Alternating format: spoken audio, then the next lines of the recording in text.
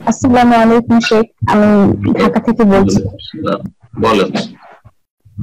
জি, আমার প্রশ্নটা হচ্ছে, কোনো গর্ভবতী মা যদি রমজানের রোজা রেখে অসুস্থ হয়ে যাওয়ার আশঙ্কা করে বা মনে করে যে বাচ্চার কোনো সমস্যা হতে পারে, তো এই ক্ষেত্রে কি তার জন্য রোজাটা ভাঙা জায়েজ হবে? আর রমজান মাসে কোরআন এক খতম দেওয়া বেশি উত্তম, নাকি অনুবাদ সহ কোরআন বুঝে পড়া উত্তম হবে? জাযাকাল্লাহ খাইরান। দ্বিতীয় অংশটা বুঝলাম না ইকরাম ভাই,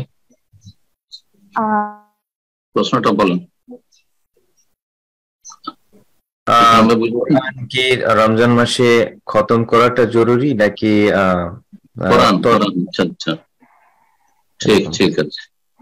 প্রথম অংশ হচ্ছে যে গর্ভবতী মহিলারা যদি আশঙ্কা করে যে তার স্বাস্থ্যের ক্ষতি হবে অথবা তার বাচ্চা যে পেটে আছে তার ক্ষতি হবে, শুধু আশঙ্কা করলে হবে না, কারণ আজকাল সবকিছুতে আশঙ্কা আর আশঙ্কা। ধর্মীয় কাজে বিশেষ করে এক দুটো বাচ্চা নেবে আর শুধু আশঙ্কা আর আশঙ্কা।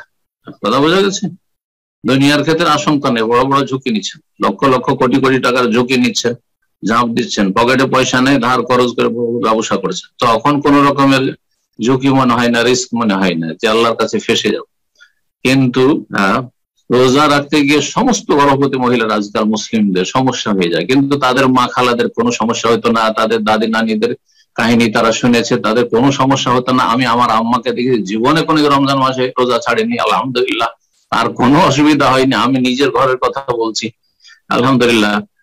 আমার পরিবার আলহামদুলিল্লাহ কোনোদিন রোজা ছাড়তে দেখিনি আমার ওয়াইফকে, আলহামদুলিল্লাহ কোনো অসুবিধা হয়নি। পেটে বাচ্চা থাকা অবস্থায় রোজা রেখেছেন। জানি না কেন এখনকার বোনেরা কেউ নাকি রোজাই রাখতে পারছেন না।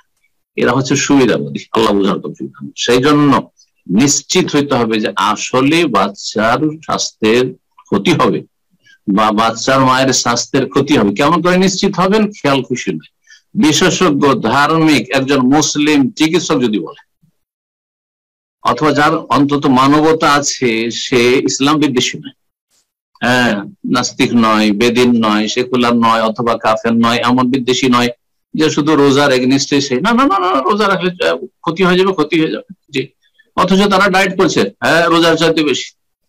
কথা বোঝা গেছে? তো কথা হচ্ছে যে এমন ব্যক্তির সাক্ষী হইতে হবে যে বিশেষজ্ঞ এবং সেই ব্যক্তি আল্লাহকে ভয় করে, আর সে যদি দেখে যে না তারপরেও রোজা রাখলে বাচ্চার ক্ষতি হয়ে যাবে, বাচ্চার মায়ের স্বাস্থ্যের ক্ষতি হবে, তাহলে তখন বলবো যে রোজা রাখেন না, আপনি মাজুর, তখন রোজা রাখেন। কিন্তু আপনার এই যে ওজরটি, সেটি স্থায়ী ওজর নয়, অস্থায়ী ওজর। কারণ বাচ্চা ভূমিষ্ঠ হওয়ার পরে আপনি সুস্থ, রোজা রাখতে কোনো বাধা নেই।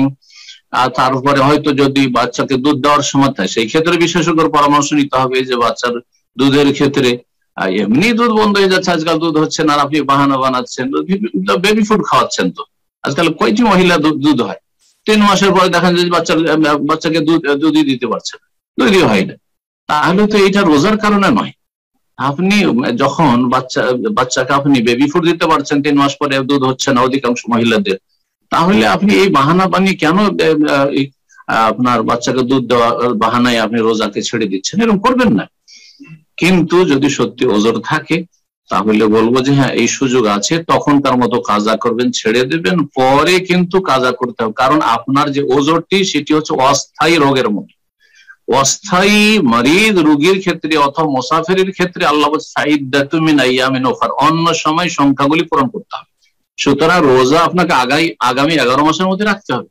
11 মাসের মধ্যেও রাখতে পারলেন না, বাচ্চার দুধ পান করাচ্ছেন, বাচ্চার ক্ষতি হয়ে যাবে বলছে বিশেষজ্ঞ, আল্লাহর বিশেষজ্ঞ, তাহলে আপনি এই ক্ষেত্রে রমজান পার করে তার পরের বছর রাখলে গুনাহগার হবেন। আরেকটা মাসলা জানেন, এমনি যদি শখ করে বিনা কারণে 11 মাস পার করে রমজান চলে আসলো, গত রমজানে রোজা থেকে গেছে, তাহলে গুনাহগার। তওবা করা জরুরি, তওবা করা জরুরি, কাজা করা জরুরি। আর অনেকেই বলেছেন, সাহাবায়ে কেরামদের মধ্যে 2 জন সাহাবী থেকে বর্ণিত রয়েছে, তারা বলছেন যে এই ক্ষেত্রে ফিদিয়াও দিতে হবে, কারণ আপনি বিলম্ব করেছেন। সেজন্য এই ক্ষেত্রে যেই মায়ের বাচ্চাকে দুধ দেওয়ার জন্য বা গর্ভধারণের কারণে 11 মাসের মধ্যে আর রোজাগুলো কাজা করতে পারলেন না, পরে রমজানের পরে কাজা করছেন, 2 বছর পরে কাজা করছেন, সেই ক্ষেত্রে ফিদিয়াও লাগবে না, গুনাহগার হবে না, কারণ তার শরীয়ত সম্মত ওজর ছিল।